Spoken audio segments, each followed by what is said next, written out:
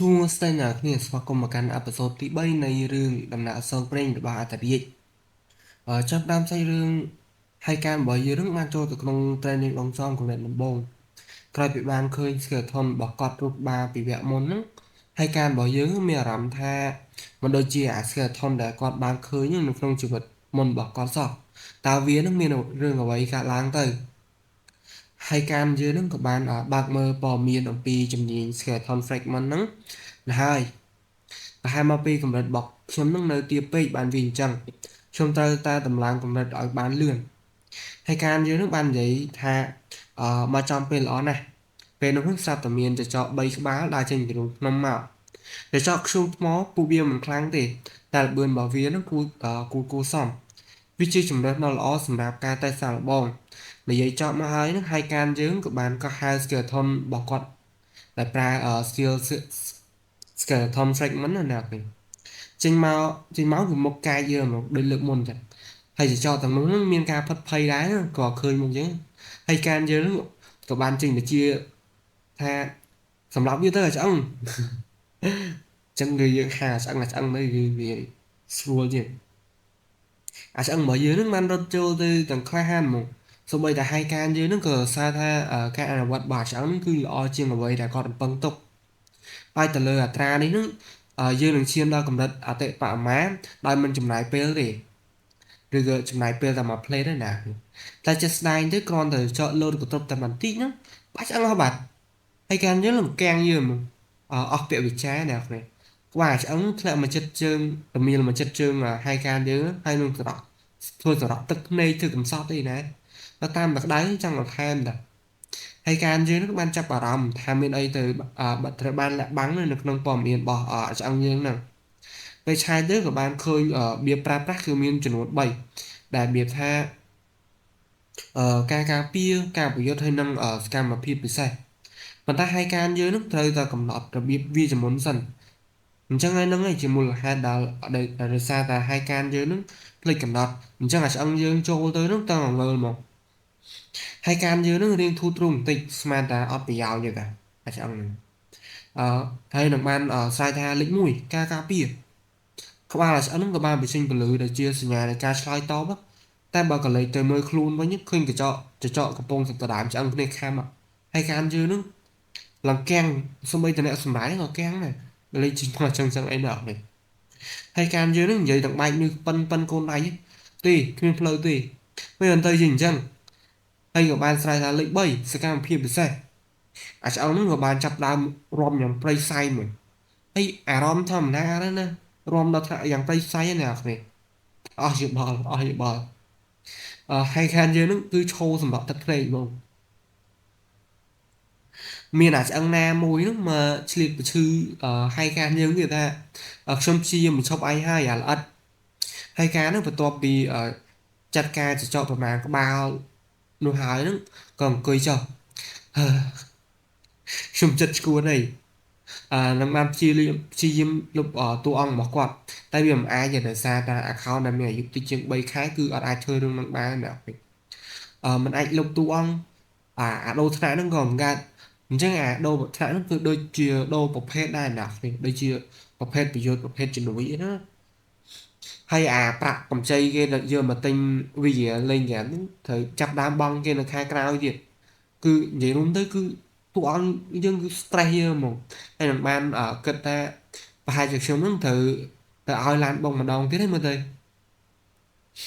ហេតុអ្វីហ្នឹងបានជារឿងល្អហ្នឹងមិនដែលមករើខ្ញុំសោះអញ្ចឹង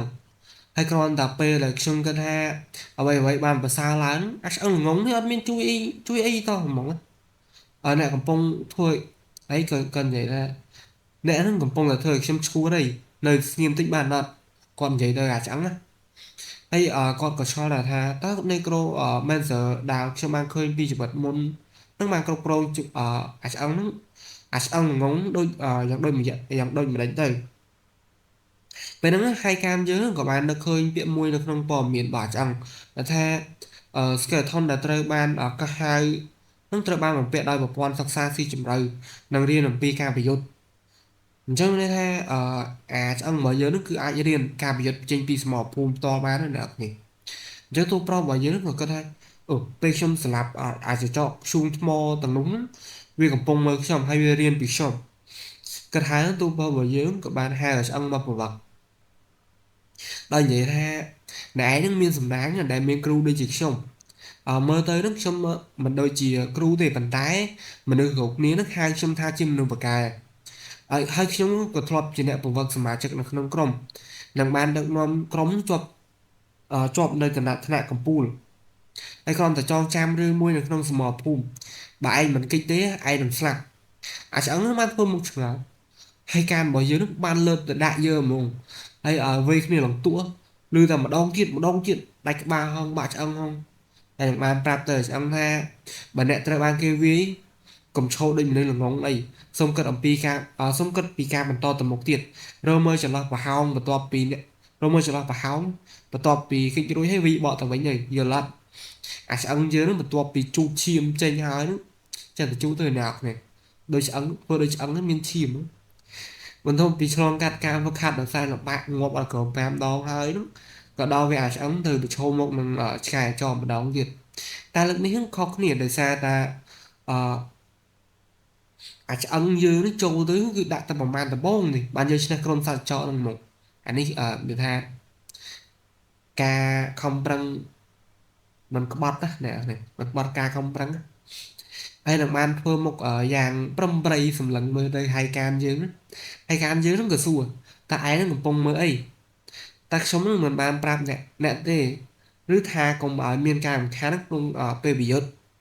តែក៏បានសរសើរដែរអ្នកនេះល្អចលនាចុងក្រោយរបស់អ្នកនឹងមិនអាក្រក់ទេហើយsystem ហ្នឹងក៏បានលោតបញ្ជាក់ដែរថាskill skeleton fragment ហ្នឹងក៏បានរីកចម្រើនឬក៏ដំឡើងកម្រិតហើយការរបស់យើងហ្នឹងក៏បានឡើងកម្រិតផងដែរហើយយើងកាត់មកកាន់ប្រាសាទ Figus ដែលជាភូមិសម្រាប់អ្នកតំចាប់ដើមលេងថ្មីទីនោះពិតជាដែលមានទាំងអ្នកជ្រើសរើសសមាជិកឲ្យចូលរួមក្រុមដែលទុកដូចជាគ្រួសារហើយអ្នកជ្រើសរើសសមាជិកសម្រាប់ទៅប្រមាណវិស័យអីចឹងទៅហើយការយើងនឹងក៏បាននិយាយថាឆ្អឹងវាពិតជាមានតម្លៃនៅក្នុងការបង្រៀនមែនដែលនៅសល់ពេលតែ2ថ្ងៃទៀតនៃការវឹកហាត់ហ្នឹងខ្ញុំនឹងអាចលេងតែម្នាក់ឯងនៅក្នុង training ដងចងទំមូលបានទេឥឡូវនេះការប្រកួតពិតប្រាកដបានចាប់ផ្ដើមហើយដំបូងខ្ញុំទៅឈានទៅដល់កម្រិតទី10សិនពេលហ្នឹងសត្វតែមានសម្លេងមួយហៅឲ្យការយើងដល់ពេលកលេសទៅយើងបានឃើញអាប៉ិម៉ាប់មួយវានិយាយថាតើអ្នកហ្នឹងមិនគិតថាអ្នកគួរសំទោសទេមែនបើសិនបើអ្នកហ្នឹងដើរបុកស្មាណាម្នាក់កូនចៅនៅពីក្រោយហ្នឹងក៏បានបន្តថាប៉ុណ្ណាលោកចវាយហើយខានយើងហ្នឹងក៏គិតអីគេ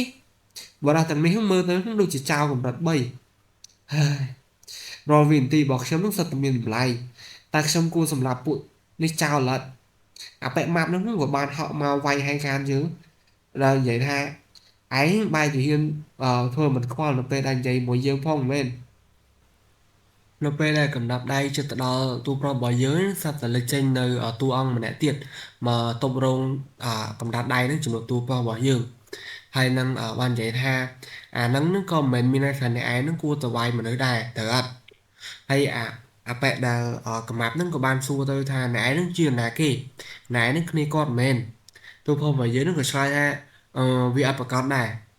ហើយគាត់ក៏បានសម្លឹងមើលទៅបរោះដែលទៅតែលេចមុខចេញមកហ្នឹងគាត់ក៏និយាយថាបរោះនេះគឺជានិយាយបានប៉ុណ្ណឹងសាច់រឿងរបស់យើងក៏បានចាប់ត្រឹមហ្នឹងហើយណាគ្នាអញ្ចឹងបើសិនជាណាគ្នាចង់ដឹងថាម្នាក់ប្រុសនឹងជាណាគេកុំភ្លេចតាមដាននៅអេពីសូតបន្ទាប់ដែលយើងនឹងធ្វើការចេញជារៀងរាល់ថ្ងៃណាគ្នាអូខេអរគុណច្រើនជំរាបលាអ្នកគ្នា